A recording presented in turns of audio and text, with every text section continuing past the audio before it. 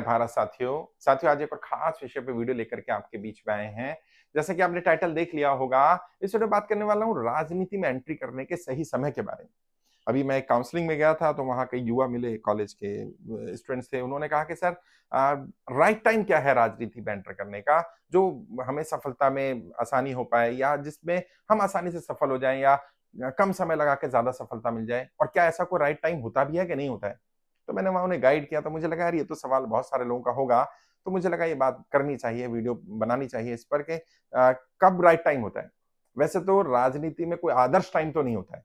अगर कोई कहे बिल्कुल नक्षत्र देख करके, समीकरण देख कर, ये देख कर, वो देख करके एंट्री हो जाए और फिर वो सफलता निश्चित हो जाए, पूरे सारे नक्षत्र सेम हो जाए और व्यक्ति सफल हो जाए, ऐसा कुछ होता नहीं है। राजनीति में तो बिल्कुल नहीं होता, क्योंकि राजनीति में सब कुछ डिपेंड करता है परिस्थितियों पर।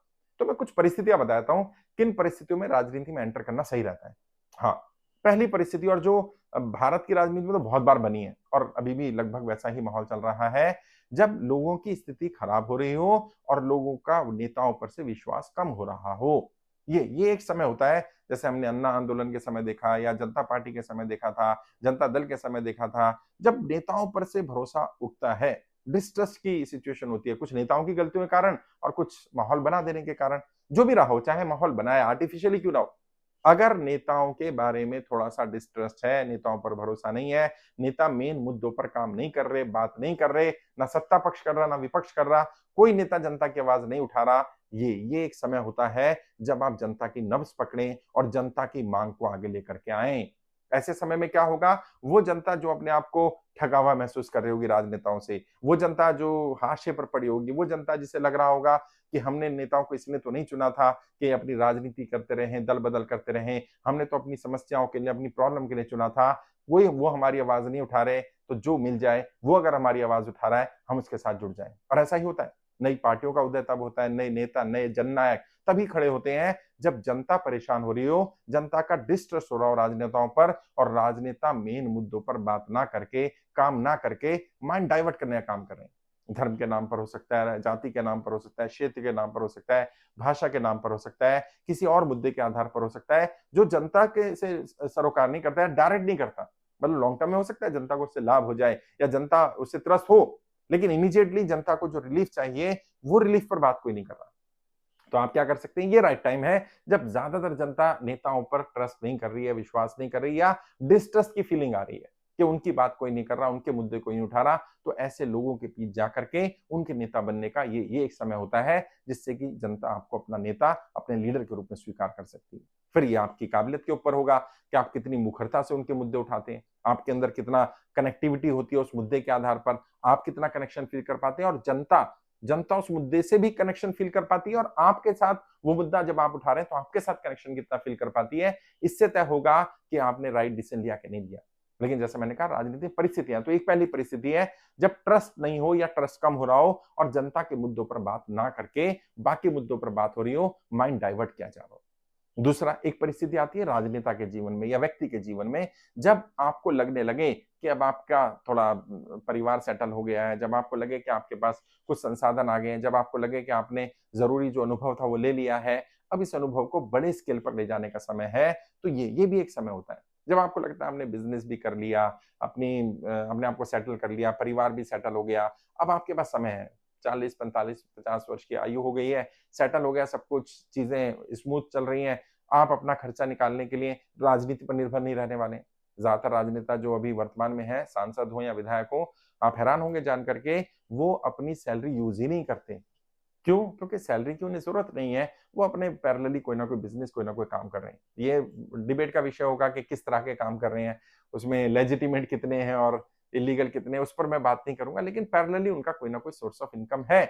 और ज्यादातर तो ऐसे हैं जिन्होंने पहले सोर्स ऑफ इनकम बना लिया, उसके बाद राजनीति में पदार्पण किया, और बड़े नेता है, मतलब राष्ट्रीय स्तर के नेता, मंत्री हैं केंद्र में, राज्यों में, और फिर उन्हें पैसे की जरूरत नहीं है, और वो इसलिए उन पर करप्शन का कोई आरोप नहीं लगता है, क्योंकि कभी पैसा लिया ही नहीं किसी काम के लिए, बल्कि वो पैसा बांटते हैं।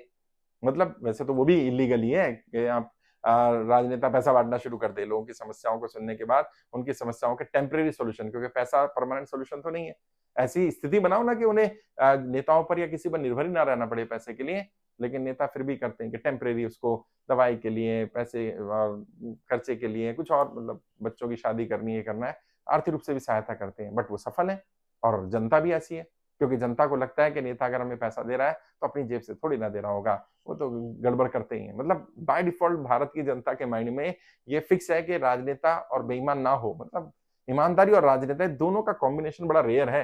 राजनीति में ये मान पाना, जनता को ये विश्वास दिला पाना या जनता ये बात मान ले कि राजनेता और ईमानदार होगा।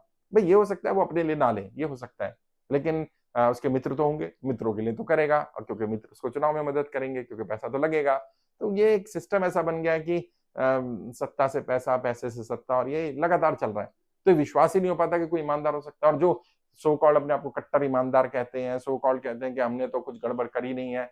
जब चुनाव लड़ते हैं तो उन्हें भी पता है कि बिना उसके हो ही नहीं सकता।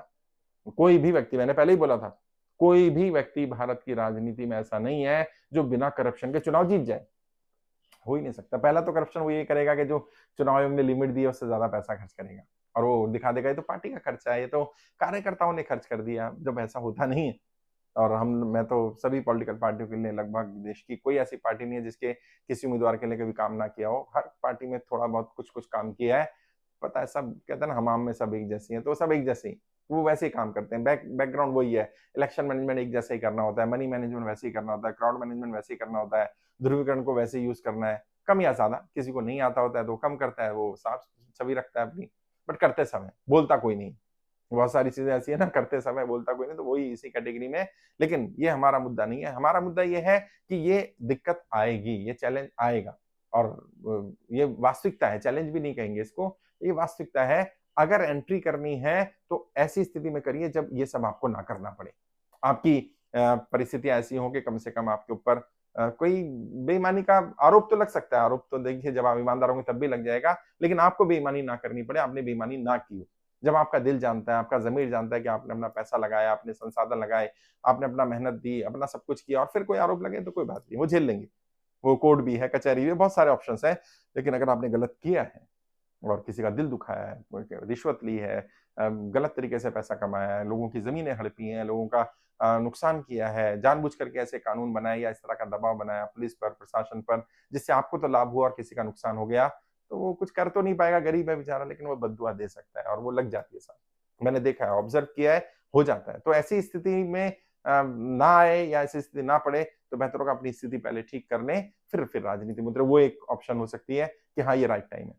एक और टाइम होता है, जब जनता ही आपसे माँग करने लगे, आपको बोलने लगे कि आपको राजनीति में आना चाहिए, आपको आगे आना चाहिए, आपको लीडर बनना चाहिए। मैं बहुत सारे ऐसे राजनेताओं को जानता हूँ जो वर्तमान में राजनेता हैं और आज भी बहुत कम पैसा लगा करके चुनाव लड़ रहे हैं। मतलब चुनाव की लिमिट से तो कम नहीं लगा पाते, उससे ज़्यादा लगता है, लेकिन फिर भी कंपैरेटिवली अगर विधानसभा के चुनाव में कोई 5 करोड़ रुपए खर्च कर रहा है, तो वो शायद 1 करोड़ में चुनाव जीत जाएगा। अच्छा अधिकारी रहा, अच्छा टीचर रहा, अच्छा डॉक्टर रहा, अच्छा पदाधिकारी रहा, अच्छी तरह से समाज सेवा कर रहा था लोगों की और लोगों ने कहा कि नहीं आप हमारे प्रतिनिधि बनिए। अगर जनता बोलने लगती है तो इससे आदर्श स्थिति कोई नहीं होती, क्योंकि डेमोक्रेसी में सबसे बढ़िया चीज पता है क्या है? प्रजातंत्र में, लोकतंत्र में, लोकशाही में सबसे बढ़िया चीज है जनता ही नेता तय करती है। जनता के पास ही पावर है। असली असली जो पावर है, ताकत है, वो जनता के हाथ में है। जनता के पास सरकार चुनने की, सरकार बनाने की, सरकार को गिराने की, नेता बनाने की, नेताओं को हटाने की सारी ताकत जनता के पास है। ये डेमोक्रेसी की सबसे अच्छी चीज है और अगर वही जनता आपको अपना नेता के रूप में स्वीकार करने लगे, वही जनता आपको आगे बढ़ाने के लिए तैयार हो जाए, वही जनता बोलने लग जाए कि आप आइए, आप हमारे प्रतिनिधि बनिए, इससे आदर्श स्थिति नहीं हो सकती है। तो अगर ऐसी स्थिति बन जाती है, ऐसी परिस्थितियां बन जाती हैं, तो आप जरूर उतरिए राजनीति में। ये राइट टाइम है। अगर पार्टी या संगठन की बात करें तो पार्टी में अगर पार्टी कहने लगती है, पार्टी के बड़े नेता कहने लगते हैं या पार्टी में एक कंसेंसस बनने लगता है, एक आम सहमति बनने लगती है आपके पक्ष में। अब आप कह रहे हैं नहीं मेरे तो बच्चे अभी छोटे हैं, मेरा तो परिवार अभी वो दिक्कत में हो सकता है। अगर पार्टी कह रही है और पार्टी मौका दे रही है, ऐसे मौके हर एक को नहीं मिलते और बार-बार तो बिल्कुल भी नहीं मिलते हैं। बहुत सारे लोगों ने पछतावा किया, बताते हैं मुझे और वो अपनी किताबों में लिखते हैं कि ये व्यक्ति जो सदन का नेता बना, ये नहीं बनना था, मैं बनना था और मुख्यमंत्री मैं बनता और मैं बनता तो फिर मैं आगे राजनीति में स्थापित हो जाता। उस दिन बस पता नहीं क्या दिमाग में आया, मैंने कह दिया मैं सोच कर बताऊँगा और पार्टी में तो बस एक बार मना कर दिया तो मान लिया जाता है कि व्यक्ति रेस में नहीं है, ये आगे नहीं आना चाहता है। सोचने का समय नहीं। अगर पार्टी आगे से आकर के चाहे भले ही बहुत बड़ी पार्टी ना हो, लेकिन पार्टी अगर आगे से आके कहती है कि आपको चुनाव लड़ना चाहिए, आपको प्रतिनिधित्व करना चाहिए, आपको फ्रंटल में आना चाहिए, आपको बैकएंड को संभालना चाहिए, आपको पद लेना चाहिए, जिम्मेदारी लेनी चाहिए, ये राइट टाइम होता है। थोड़ा अपनी परिस्थितियों को एडजस्ट कर लिया जाए। राइट टाइम होता है, मना ना किया जाए, एंट्री कर ली जाए, क्योंकि ऐसे मौके बार-बार नहीं मिलते। और कौन सी पार्टी कब सत्ता में आ जाएगी, कब पार्टी को कोई मुद्दा मिल जाएगा, कब पार्टी को कोई नेता मिल जाएगा, कब पार्टी 2 सीट से लेकर के और 303 सीटों पर पहुंच जाएगी, कोई कोई नहीं बता सकता था। कोई उम्मीद भी नहीं करता था। ऐसी-ऐसी पार्टियां स्थापित हुई हैं और राज्य स्तर पर, राष्ट्रीय स्तर पर उन्होंने अपनी छाप छोड़ी है। भले ही वो बाद में गुटबाजी के कारण कह लो, किसी और चीज के कारण कह लो, उनका अस्तित्व भी समाप्त हुआ है। ऐसा नहीं है कि सभी अपने आप को सर्वाइव कर पाए, लेकिन खड़ा कर पाना ये भी आसान नहीं था साहब। पार्टी स्थापित कर लेना, राष्ट्रीय स्तर पे पार्टी को ले जाना पहले ही चुनाव में। सोचिए, ऐसी पार्टियां हैं देश में, पहला चुनाव लड़ा और पहली बार में राष्ट्रीय पार्टी बन गई। ऐसी पार्टियां हैं, राज्य में पहला चुनाव मतलब 15 दिन पहले चुनाव में पार्टी रजिस्टर्ड होती है और राज्य का चुनाव लड़ती है और राज्य में क्लीन स्वीप कर लेती है और सरकार बना लेती है। ऐसी भी पार्टियां रही हैं। तो वो नेता जिन्हें उस समय मौका मिला, बहुत सारे नेता थे जिन्हें लगा नहीं, नई पार्टी है, कैसे होगा, हो पाएगा, नहीं हो पाएगा। उन्होंने मना कर दिया और फिर जिन्हें मौका मिल गया वो विधायक बन गए। अगली बार जब वो टिकट लेने के लिए गए, जिन्होंने पहले मना किया था, अब उनकी सीट तो जा चुकी थी, क्योंकि एक बार जो जीत जाता है फिर उसका ही टिकट काट पाना बहुत मुश्किल है। अगर वो काम कर रहा है, पार्टी के लिए लॉयल भी है, क्षेत्र की जनता में भी जा रहा है, जनता पसंद भी कर रही है, पार्टी क्यों काटेगी भाई? पार्टी तो चुनाव जीतना ही चाहती है। तो समस्या क्या आती है? वो छोटी सी गलती कई बार भारी पड़ जाती है। वो राइट टाइमिंग देखना पड़ेगा। और आपके जीवन में आपकी परिस्थितियां क्या चल रही हैं, क्या स्थिति चल रही है, कब क्या होने वाला है, कब क्या निर्णय लेना है, वो आप तय कर सकते हैं। आप बेहतर उन परिस्थितियों को समझ सकते हैं। फिर भी कोई डाउट है, कोई दिक्कत आ रही है, समझ नहीं आ रहा ये राइट टाइम है कि नहीं है, एंट्री करनी चाहिए कि नहीं करनी चाहिए, तो कैसे, किस स्तर पर, नीचे एंट्री करें, ऊपर एंट्री करें, बीच में करें, बड़ा पद लें सीधा, छोटा पद ले लें, बैकएंड पर चले जाएं, फ्रंट पर चले जाएं, समझ नहीं आ रहा, कंफ्यूजन है, एंट्री करें कैसे, क्या इस कंफ्यूजन को दूर किया जा सकता है? हाँ, किया जा सकता है। वैसे तो बहुत सारी वीडियो मैंने डाल दी है, फ्रंटल पॉलिटिक्स में क्या चैलेंजेस हैं, बैक एंड पॉलिटिक्स में क्या चैलेंजेस हैं, कैसे आप राजनीति में जो चैलेंज आएंगे उनका सामना करेंगे, उन चुनौतियों से पार कैसे पानी है, सफलता कैसे मिलेगी, सब पर वीडियो बनाई। फिर भी कोई डाउट है, कोई दिक्कत आ रही है, कोई परेशानी आ रही है, वीडियो के डिस्क्रिप्शन जाइए, फोन नंबर मिल जाएंगे मेरे, 2 4 5 मिनट बात करो, डायरेक्ट बात करिए, मैं आपको गाइड करूंगा। आपकी स्थिति परिस्थिति को देखेंगे, फिर आपको बताऊंगा आपको कैसे निर्णय लेना चाहिए, आप सफल हो पाएंगे नहीं हो पाएंगे उसके बारे में बात करेंगे। आपके उज्जवल राजनीतिक भविष्य के लिए हार्दिक शुभकामनाएं। जय हिंद, जय भारत।